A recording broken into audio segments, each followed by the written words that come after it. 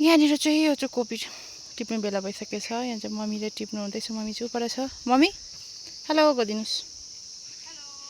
Hello guys, यहाँ छ कोपी टिप्नु हुँदैछ। म तपाईँलाई देखाउँछु फुलकोपी।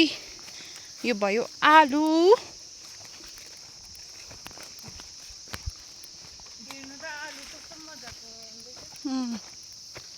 त चाहिँ म कोपी देखाउँछु तपाईँहरूलाई। कोपी टिप्यो मम्मी? ए हो ए मलाई कोपी हेरौँ भनेको त चाहिँ म देखाउँछु। आमा म यहाँ त बाटो पनि छैन। यस्तो भएछ होला होइन सुरुवालमा सेतै लागे।